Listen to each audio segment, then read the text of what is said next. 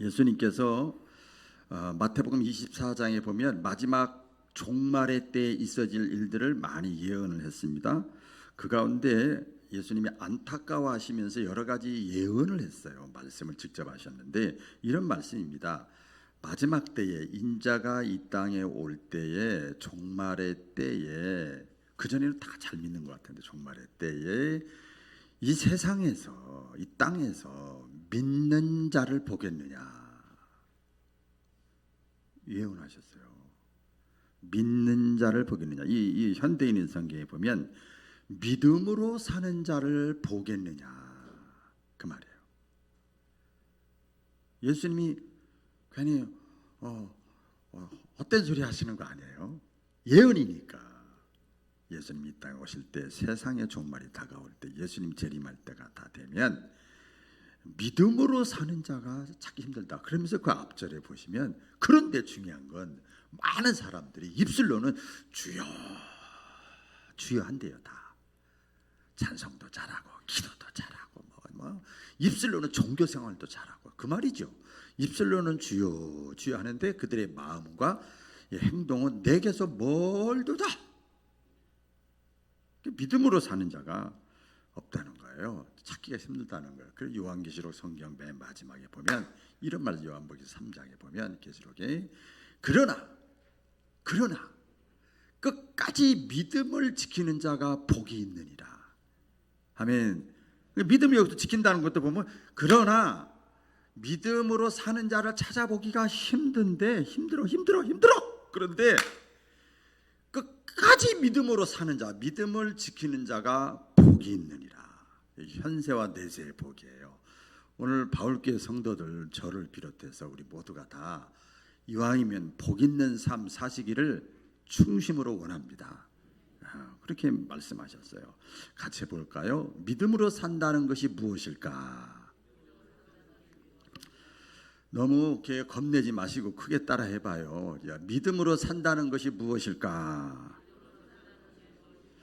질문을 또 이게 들어가서 보면 하나님이, 성령님이 영이시니까 하나님이, 성령님이 성령의 감동으로 갑자기 깨달아져서 또 설교 말씀을 듣다가 꿈을 꾸다가 환상 가운데 고난을 통해서 또 즐거운 일을 통해서 어떤 사건을 통해서 또 하나님 말씀 읽다가 하나님의 뜻이 깨달아져. 하나님의 음성이 내 마음속에 들려와서 툭툭 스쳐 지나가던 말씀이 팍 꽂혔어. 이렇게 말씀이 들어와요. 하나님의 음성을 들었어요. 하나님의 명령을 들었어요. 하나님의 지시를 들었어요. 그럼 여러분 어떻게 합니까? 지금까지 살면서 교회 나서 예배드리고 찬송하고 또 신앙생활 하다가 여러분 그 삶 속에서 여러 가지 일을 타면서 여러 가지 깨달은 거, 또 와닿는 거, 성령의 감동이 있었죠. 예를 들어서 이런 거죠. 이제 미운 사람 네가 먼저 찾아가거라. 예? 꼴 보기 되기 싫은 사람, 얼굴 보기 되기 싫은 사람 있지 않느냐? 있지. 그럼 여러분 머릿속에 막 몇 사람이 생각나잖아. 이렇게 그런 사람 먼저 찾아가거라. 기도하다 사건을 통해서, 내가 고난을 통해서, 야 그까짓 거 내가, 그런 감동이 오는 거예요. 아, 저 사람 찾아가서 전도해라. 다시 데리고 와라.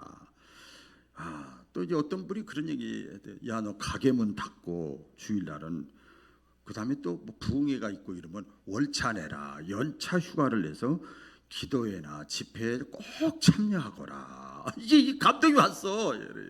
있을 수 있잖아요. 전혀 몰라서 여러분 신앙생활 하는 게 아니라 다 그런 자극이 온단 말이에요. 주일엔 빠지지 말고 결혼식에, 애경사 그런 거 가정 모임 있으면 미리 가서, 네가 가서 먼저 찾아가서 얘기하고 주일날은 꼭 성수하거라. 이게 감동이죠. 이게 깨달음이죠. 이게 오는 거예요. 여행 갈 돈으로 있으면 조금 아껴서 선교하고 구제해라. 뭐 등등등. 그런 것이 여러분 마음속에 딱 오면 여러분 어떡하시냐고요.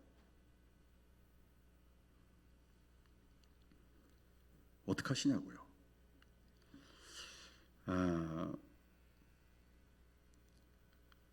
아브라함이 그 100세 때 아들을 낳았어요. 아시죠? 아들 이삭을 낳았어요. 근데 그 아들 이삭을 번제물로 죽여가지고 막 찔러가지고 하나님 앞에 바쳤어요. 아시죠? 그 이유가 뭘까? 우리는 아까 제가 몇 가지 소개를 했는데 그것도 아이고 이거 그거 어떻게 이러는데 아브라함은 100세 때 낳은 아들을 바쳐라 바쳤어요. 그 이유가 뭘까? 원인이 뭘까? 어떻게 그게 가능할까? 아브라함은 하나님도 아니고 똑같은 나하고 사람인데 여러분 그 생각 안 해보셨어요? 그 해석이 나옵니다. 히브리서 오늘 본문에 보면요, 그가 아브라함이요, 그가 하나님이 능히 죽은 자 가운데서 다시 살리실 줄로 생각한지라. 여기 생각이라는 건 믿은지라 그 말이에요. 그러니까 아브라함이나 니나 똑같은 것 같은데 아브라함이 100세 때 낳은 아들 이삭을 하나님 앞에 번제물로 드릴 수 있었던 이유는 뭐냐면 하나님에 대한 믿음이에요. 하나님에 대한 믿음이에요. 여러분 꼭 우리가 신앙생활하면서 기억을 해야 될 것이 있어요. 그건 뭔가 하면 하나님은요 그 사람이 뭐라고 그럴까요? 믿음의 수준에 맞게 테스트하십니다. 그 사람 수준에 맞도록 하나님이 시험을 해요. 그러니까 이것도 은혜야. 알고 보면 너무 센 게 오면 우리가 못 감당하니까 내 수준에 맞춰서 하나님이 테스트, 하나님이 시험한다는 건 테스트한다는 거죠. 여러분 초등학생에게 대학교 시험 문제를 주지를 않습니다. 어린아이에게 어른의 시험 문제를 주질 않아요. 그러니까 이게 내가 고난 중에도 어려움 중에도 부담 중에도 은혜야. 그게 은혜. 감당할 만한 걸 주시는 거예요. 고린도전서 10장 13절 사도 바울이 천국의 3층천까지 갔다 와서 깨달은 거잖아요. 다 같이 읽어볼까요? 시작. 사람이 감당할 시험 밖에는 너희가 당한 것이 없나니 오직 하나님은 미쁘사 너희가 감당치 못할 시험 당함을 허락하지 아니하시고 시험 당하는 즈음에 또한 피할 길을 내사 너희로 능히 감당하게 하시느니라. 너희가 감당하지 못할 시험 당함을 하나님이 허락하지 아니하신다. 그리고 너희가 팍 꼬꾸라질 것 같으면 하나님이 다시 피할 길을 내셔서 우연인 것처럼 보이지만 하나님이 다 이렇게 해주신다는 거예요. 영적 세계를 아는 거죠. 이런 거죠. 저도 이제 목회하면서도 이제 초년하고 지금하고 많이 달라요. 장단점이 있겠더라고요. 세게 하는 것이 좋을 때도 있고 너무 풀어줄 때도 안 좋을 때도 있고 그런데 보면 주일 예배도 간신히 드리는 신자에게 새벽기도 참여하세요. 새벽기도 참여하세요. 금요 심야기도에 나오세요. 이러면 체가지고 여러분 다음부터 교회 안 나와. 주일날 주일날 교회라도 나갔는데 목사님이 돼가지고 그렇게 너무 세게 그렇게 안 해요. 주일헌금도 제대로 못하는 신자가 있는데 11주 하라 막 11주 하라 그렇게 안 해요. 요구하지도 않고요. 안 합니다. 그럼 어떤 요구를 하느냐? 이런 거죠. 그 지혜가 필요한 거죠. 이게 정답이라고 해서 갖다 주면 그 사람이 체하니까. 주일 예배 간신히 참여하는 사람한테 어떻게 합니까? 공예배를 참여하십시오. 오후 예배도 참여하시고요. 수요일날도 참여하시고요. 그렇게 하세요.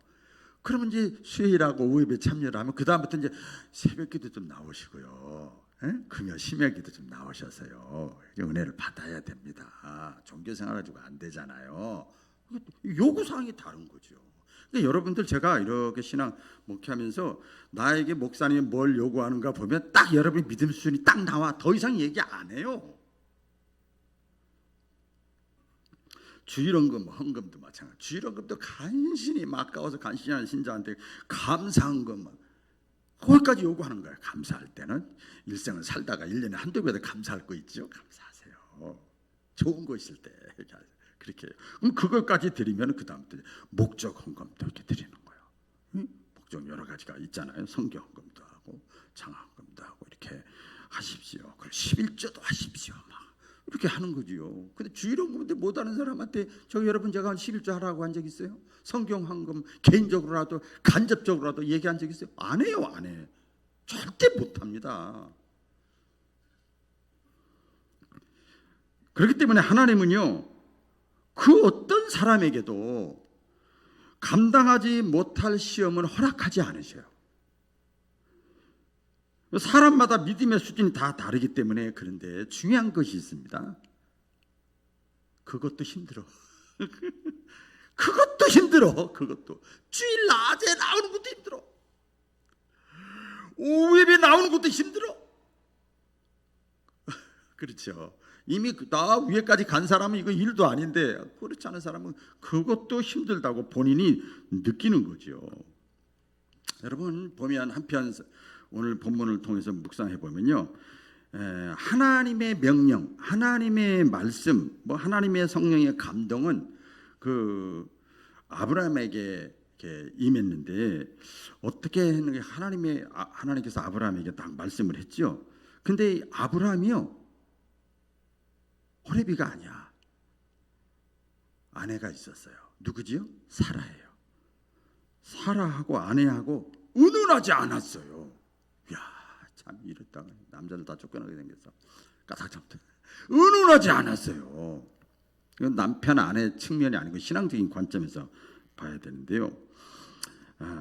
만약에 아브라함이 아내 사라에게 은은을 했다고 생각을 해봐요. 자, 한번 생각해 봅시다. 생각을 해봐요. 여보 이리 와봐. 내가 기도하는데, 내가 꿈을 꿨는데, 내가 목사님 설교 말씀을 듣다가 갑자기 어젯밤에 감동이 왔어. 내 마음속에 이런 강력한 감동이 왔어. 그 뭐냐면, 내가 내 자식을 너무 좋아하는 것 같으니까 하나님 질투하시는지 몰라지만 그 아들을 번제물로 갖다 바치래. 죽여서 불태워서 갖다 바치래. 그래서 내가, 야, 이건 내 생각이 아니고 하나님이 주신 생각이야. 그래서 내가 여보 내가 바치기로 했어. 내가 번제물로 바치기로 했거든. 당신 생각은 어때?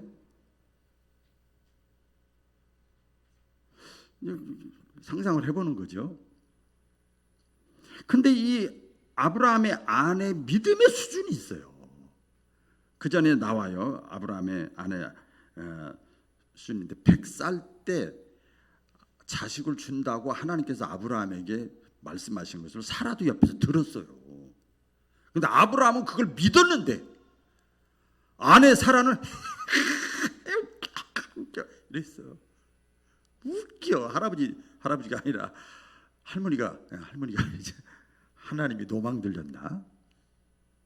웃었어요. 비웃은 거고 그런 거죠. 이거 다른 말로 얘기를 하면 하나님의 말씀, 하나님의 약속, 하나님의 능력을 믿지 않았다는 거예요.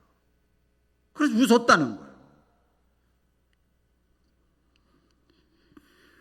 그런 믿음의 수준을 가지고 있는 아내 사라에게 아브라함이 드리자고 했을 때, 아브라함이 생각할 때 아내가 할렐루야! 나도 그 생각 갖고 있었는데, 여보 당신하고 나하고 어떻게 생각이 똑같아? 그랬을 거예요? 아니에요. 분명히 이랬을 것 같아. 제가 이제 상상을 해보는 거예요. 근데 거의 맞을 것 같아. 성경에는 안 나오지만 이게 맞아요. 여보, 나이가 들더니 노만 걸렸구만. 그렇게 잘 믿던 사람이 이제 치매기가 왔나 봐. 그러니까 아브라함이 아니야. 내가 감동이 왔어. 하나님께서 나에게 직접 말씀하셨어. 계속 아브라함 우기는 거야. 이게 드리자고. 그때 이제 이 믿음의 수준이 딱 한 수 낮은 사람은 부부래도 이렇게 얘기할 겁니다. 제가 또 상상을 해보는 거예요. 여보 당분간 교회 나가지 말자. 혹시 박운환 목사 그렇게 시켰어? 시켰냐고. 이제 마귀가 틈타기 시작하는 거지. 예. 여보, 나 맨정신이야. 아브라함이 그러면 적당히 믿어. 맨정신이면. 다른 사람 봐봐. 교회에서 보라고. 권사님, 장로님 보라고. 당신 같은 사람이 어디 있어? 그렇게 믿는 사람이 어디 있어? 여보, 당신이 불신앙의 얘기를 해. 하나님이 나에게 말씀하셨지. 그러면 이 사라가 최종 결론을 내립니다. 우리 이혼하자. 그러는 거예요. 뭐 안 봐도 딱 나오죠.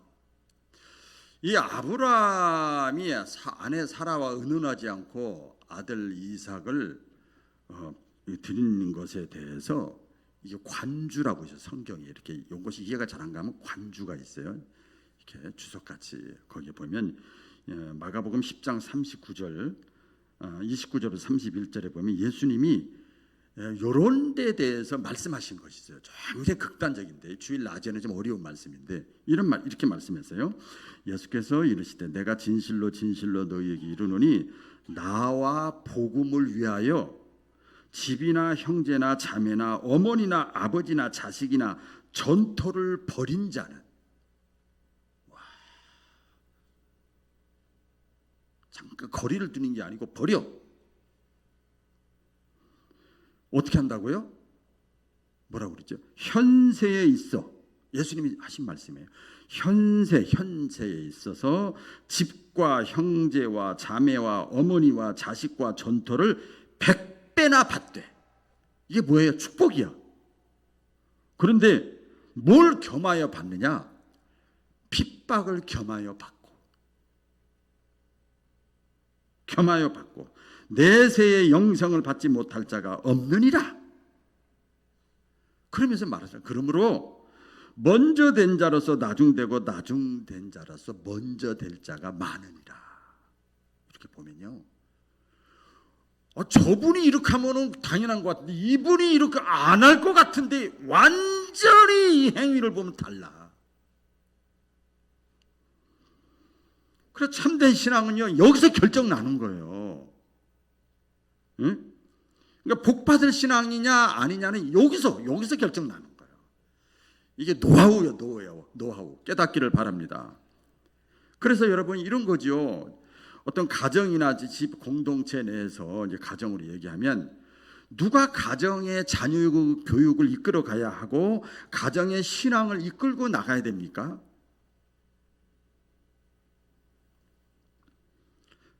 믿음 좋은 자가 이끌고 나가야 돼요. 믿음 좋은 자. 그래야 그 집안에 회복이 있고 복이 있는 것을 믿으시기를 바랍니다. 믿음 좋은 자가 이끌고 나가야 돼요. 여러분의 가정은 누가 지금 이끌고 나갑니까? 신앙적인 것? 나는 집사고 권사고 장로고 직분하고는 상관없어요. 아무것도. 여러분의 가정에 어떤 믿음의 문제를 이끌고 나가는 그 사람이 믿음이 어떤 사람입니까?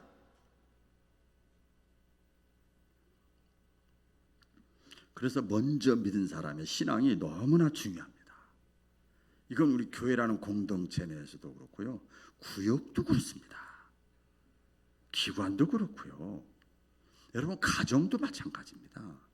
사업장도 마찬가지입니다. 여러분 우리가 기억을 해야 될 것은 하나님의 말씀에 순종하면 그러면 어떻게 될까? 이게 중요한 거잖아요. 그렇죠? 하나님의 감동이, 성령의 감동, 깨달음이 와서 거기에 내가 순종하면 어떻게 될까? 간단합니다. 답부터 말씀드릴게요. 해답부터. 그때부터 하나님이 일하시기 시작하셔요. 그전에는 일 안 하셔요. 그때부터 하나님이 일하기 시작하시고 하나님이 지혜를 주시고 하나님이 역사하시고 하나님이 감당하게 하셔요. 이 맛을 느껴야 됩니다. 우리 아시잖아요. 아브라함이 하나님의 말씀에 순종을 해서 이삭을 결박해서 드리려고 했어요. 그때 아브라함의 나이가 100세고요. 이삭의 나이가 여기 그 자료를 보면은 25세 정도 청년이에요. 그러니까 자기가 죽을 줄 알았어. 근데 이삭이 하나님께 만약에 거기서 아버지를 다 뿌리치고 하나님 뜻이라 할지라도 저항하고 거절을 했으면 얼마든지 그렇게 할 수 있었어. 어쩔 수 없이 하는 것도 복이지만 내가 할 수도 있고 안 할 수도 있지만 내가 하나님에 대해서 순종하는 것. 근데 이삭이 거기에 순종을 했어요. 아시죠? 그래서 그 결과 성경 학자들도 성경의 내용에 보면 이삭은 유일하게 성경 모든 것에 유일하게 그의 삶이 가장 평탄했다고 그랬어요. 할렐루야. 가장 평탄하고 그랄 땅에서 100배 1000배의 복을 받았어요. 그렇게 기록되어 있어요. 그 순종을 잘하면 어떻게 되느냐? 복을 받고 평탄한 삶을 사는 거예요. 아멘. 자, 신명기 28장의 내용이 그거 아닙니까? 제가 여기 적지는 않았는데 핵심은 그겁니다. 순종하면 복 준다 그 말이요. 내가 내 하나님 여호와의 말씀을 삼가 듣고 내가 오늘 내게 명령하는 그 모든 명령을 지켜 행하면 내 하나님 여호와께서 너를 지켜 모든 민족에 뛰어나게 하실 것이라. 내가 내 하나님 여호와의 말씀을 청종하면 이 모든 복이 내게 임하며 내게 이르리니 성읍에서도 복을 받고 들에서도 복을 받을 것이며 내 집의 자녀와 내 토지의 소상과 내 짐승의 새끼와 소와 양의 새끼가 복을 받을 것이며 내 떡광주리와 떡반죽 그릇이 복을 받을 것이며 내가 들어가도 복을 받고 나가도 복을 받을 것이니라. 순종하면 이 약속을 기가 막히게 하셨어요.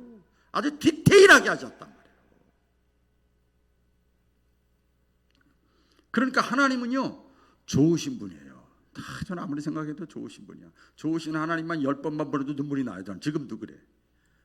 좋으신 분이에요. 그래서 여러분 좋으신 분이 나에게 감동을 주면, 나에게 깨달음을 주면, 나에게 말씀하시면 그것을 소멸하지 않기를 주의 이름으로 축원합니다. 소멸하지 마세요. 무조건 순종하면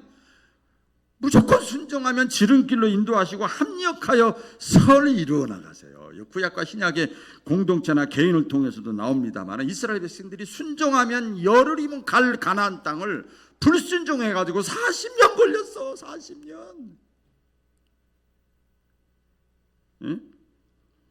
이삭은 청년이니까 어떤 면에서 보면 능력도 부족하고 재능도 부족하고 분별력도 부족했지만 순종 때문에 복을 받았어. 순종 때문에.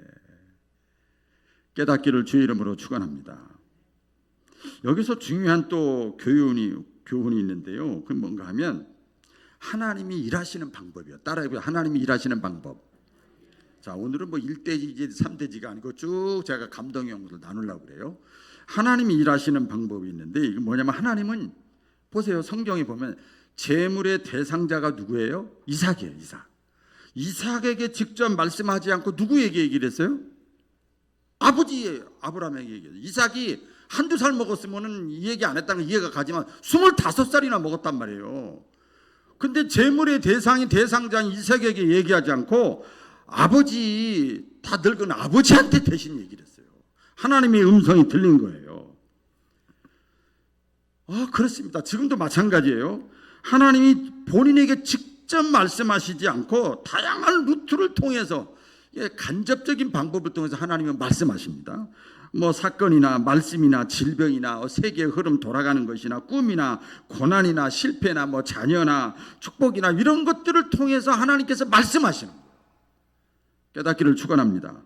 예를 들어 이런 거죠. 자, 보세요. 굉장히 아주 여러분 깊은 겁니다. 가정에서 여러분 부모들 있잖아요. 부모가 자녀에게 야야야 공부해라. 게임 좀 그만하고 좀 공부 좀 해라.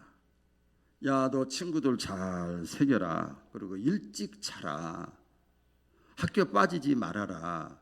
이게 부모가 하는 얘기인데 여러분 가만히 보세요. 이건 하나님이 그거 하나님이 원하는 거예요. 부모님을 통해서 계속 말씀하시는 거야. 이해가 좀 되시는지 모르겠어요. 자, 또 마찬가지죠. 학교에서도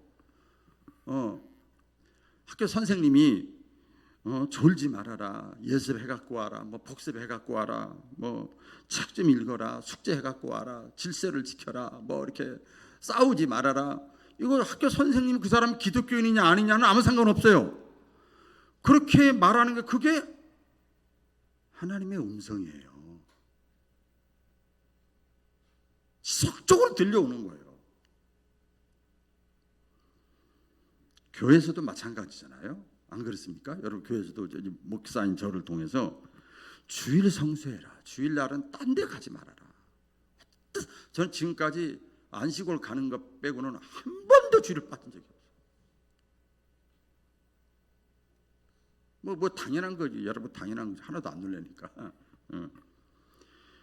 주일 성수해라. 뭐 기도해라. 헌신해라. 구제해라. 선교해라. 성도의 교제를 나누라. 열심을 내라. 하나님을 가까이 하라. 제가 막 기뻐해라. 감사해라. 쓰임 받으라. 성장해라. 이게 전부요. 하나님이 저런 도구에 불과한 거예요. 이게 전부가 다 하나님의 음성이에요. 그렇죠? 하나님의 음성입니다. 왜? 이거 전부 하나님이 원하시는 거예요. 이게 하나님의 음성이에요. 만약에 예를 들어서 그런 거죠. 1120 이제 새생명 축제 다음 주에 선포식을 하고 이제 하는데, 만약에 제가 이게 주보에 나가기 전에 여러분들 한 달, 두 달, 석 달 전에 또 코로나 상황 속에서 만약에 하나님께 여러분의 기도 중에 또 설교 말씀을 듣다가 말씀을 읽다가 또 사건 속에서 여러분에게 직접 말씀하셨어. 야야야, 누구누구 권사야, 누구누구 집사야, 코로나도 이제 다 완화되었고 세상이 다 돌아가고 있지 않냐? 그러니까 쉬는 사람 찾아가고 또 믿지 않는 사람 불신자들 전도해서 이번 추수주일에 너 지금까지 전도도 못하고 그랬지 않냐? 나이가 벌써 60 다 돼가고 70 다 돼가고 너 뭐 하려고 그래?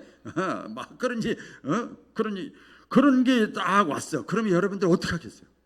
직접 왔어 그게.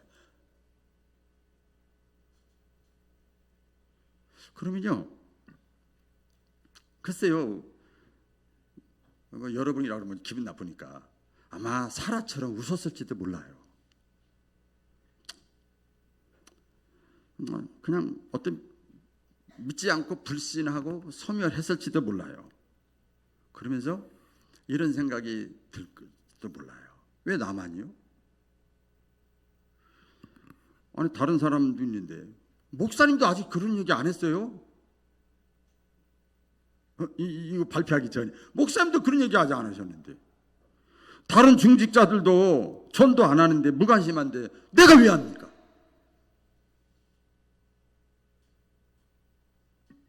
그리고 지금 시대가 어느 시대인데 내 신앙 지키기도 힘들어요.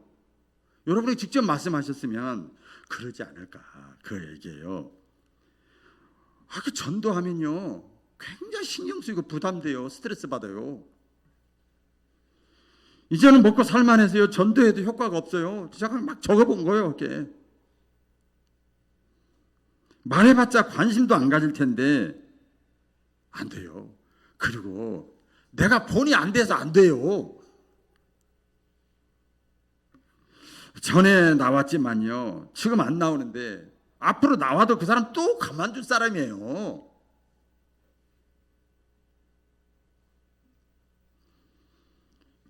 이 상태에서 내가 신앙생활하는데, 나 우리 교회에서 그냥 신앙생활하는데 나 좋아요. 그냥 더 이상 욕심 없어요. 그냥 이대로 그냥 신앙생활하기를 원해요. 하나님께 저항하는 거죠. 또 어떤 분은 그래요. 내 아들도 자식도 남편도 부모도 전도를 못해가지고 지금 있는데 뭐 친구를 전도하고 다른 사람을 전도해요. 내가 본이 안 되는데요. 여러분에게 직접 말씀하셨으면 이러지 않았을까? 이 중에 한 사람이라도 그런 사람이 있을 거 아니에요. 이처럼 직접 말하면요 감당 못합니다. 모든 게 그래. 직접 화법이 있고 간접 화법이 있잖아요.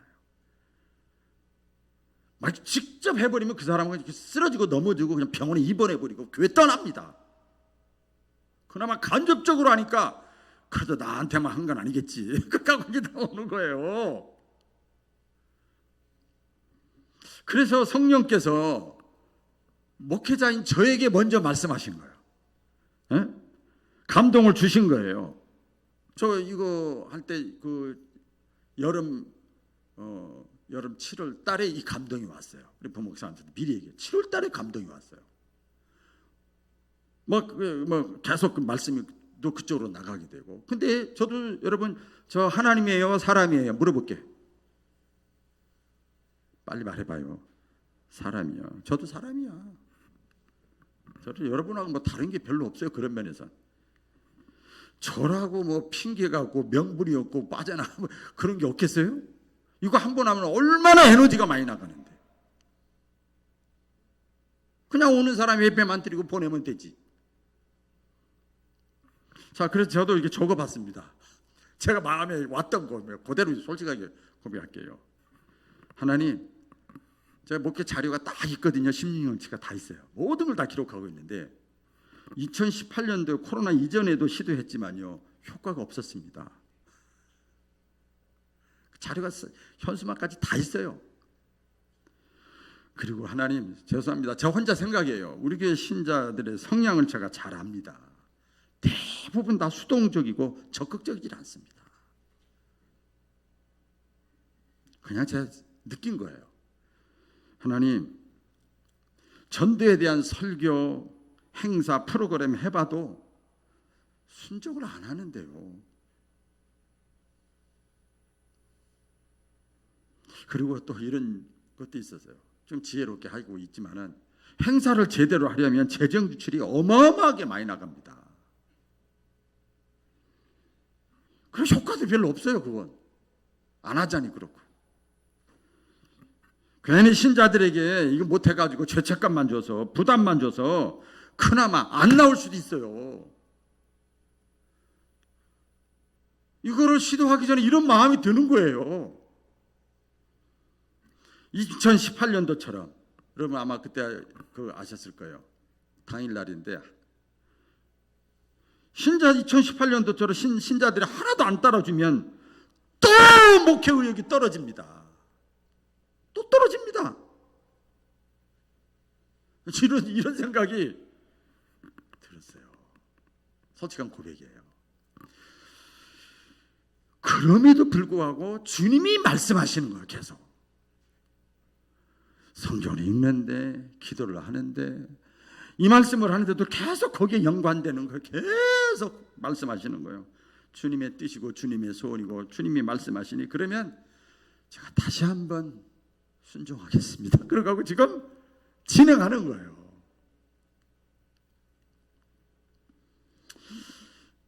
여러분, 의문이 있습니다. 여러분 또 질문이 있습니다. 그게 뭔가 하면, 자, 이렇게만 아시고요. 사사시대에 있잖아요. 왕이 생기기 전 사사들이 많이 있었잖아요. 선지자들, 오늘날 목회자들이 많이 사사시대, 구약 사사시대가 있었어요. 많은 사사들. 그러니까 사사들이 전부 하나님의 말씀을 전하는 사람들이잖아요. 그때 하나님에 대한 신앙이 더 약화됐다. 여러분, 약화됐어요. 하나님의 말씀은 막 유튜브로 나가고 TV로 나가고 방송으로 나가고 주일날 나가고 막 나가는데, 사사들이 말씀이 많은데 국가 사회 신앙이 더 힘들어지고 하나님과 거리가 더 멀어졌어요. 사사기에 보면 그 내용이 나옵니다.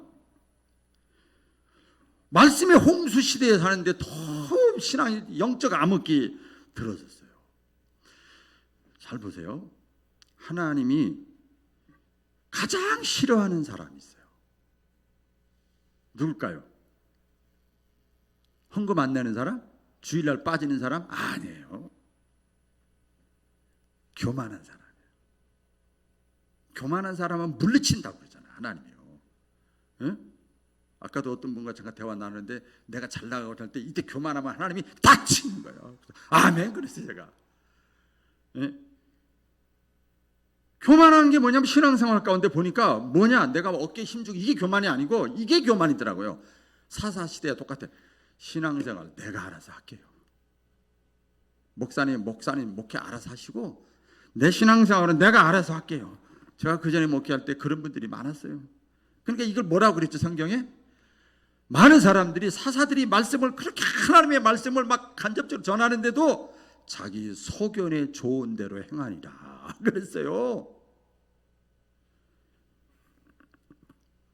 예, 그랬잖아요. 다 같이 읽어볼까요? 시작. 이스라엘에 왕이 없으므로 사람이 각기 자기의 소견에 옳은 대로 행하니라. 자, 그런데 여러분 보면, 그러니까 자기 마음대로 사는 거예요. 신앙생활도 자기 마음대로 하는 거예요. 본인이 판단의 기준이야. 짐이 곧 왕이야. 그래가지고 여러분, 자기가 신앙생활을 하나님 말씀대로 하고 자기가 마음대로 하면서도요, 각종 핑계를 댑니다. 막 하나님 음성이 들리면 비대면 상황에서 대면 예배를 안 되지요. 뭐 상황이 이래서 아직도는 안 돼요. 누구 때문에 안 돼요? 무엇 때문에 안 돼요? 온갖 핑계를 대요. 하나님의 음성이 들려도 신앙생활 하나님께 더 가까이 나가는데, 그런데 아이러니컬한 것이 있습니다. 여러분이 해당되나 안 되나 보세요. 그런데 그 사람은요, 가족 만나러 가면 간다? 여러분, 가. 애들한테 하는 소리 같아요. 친구 만나러 갑니다. 약속 다 정해가지고. 식당에 가고요. 취미생활 하고요. 다 갑니다. 여행도 가고요. 다 갑니다.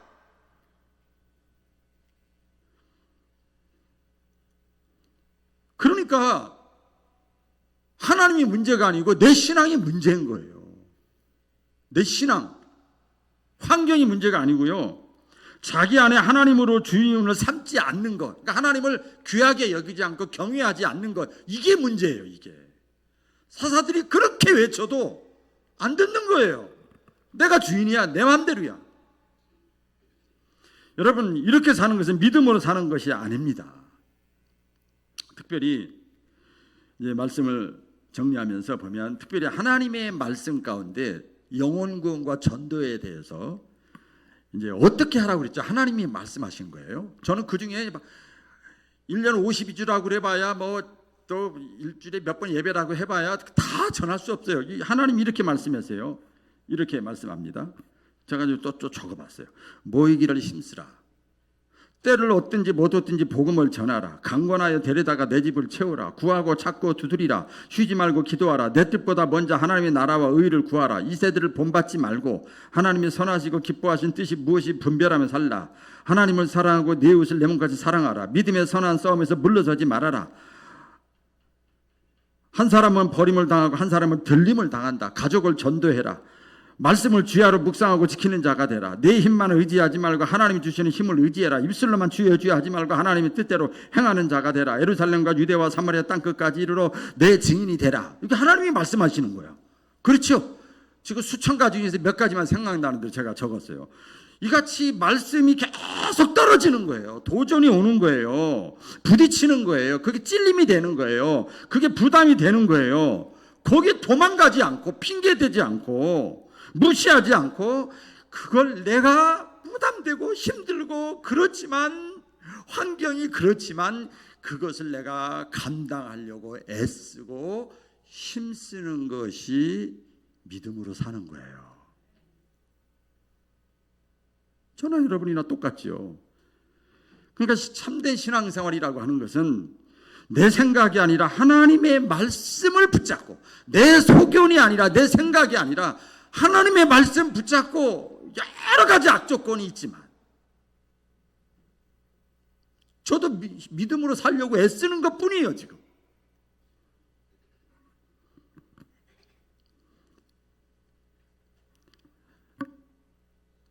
그럼에도 불구하고 이해가 안 되고 자존심이 상하고 억울하고 손해가 나고 부담이 되고 자신 없고 능력이 없고 죄를 지었고 걱정이 돼도, 의욕이 상실돼도 하나님을 아브라함처럼 인정하는 거예요. 할렐루야. 하나님을 인정하는 거예요. 사라처럼 그러지 않고, 그리고 하나님의 말씀에 순종하면 하나님이 일하시기 시작해요. 영육간에 믿음으로 살 수 있기를 주의 이름으로 축원합니다. 기도하겠습니다.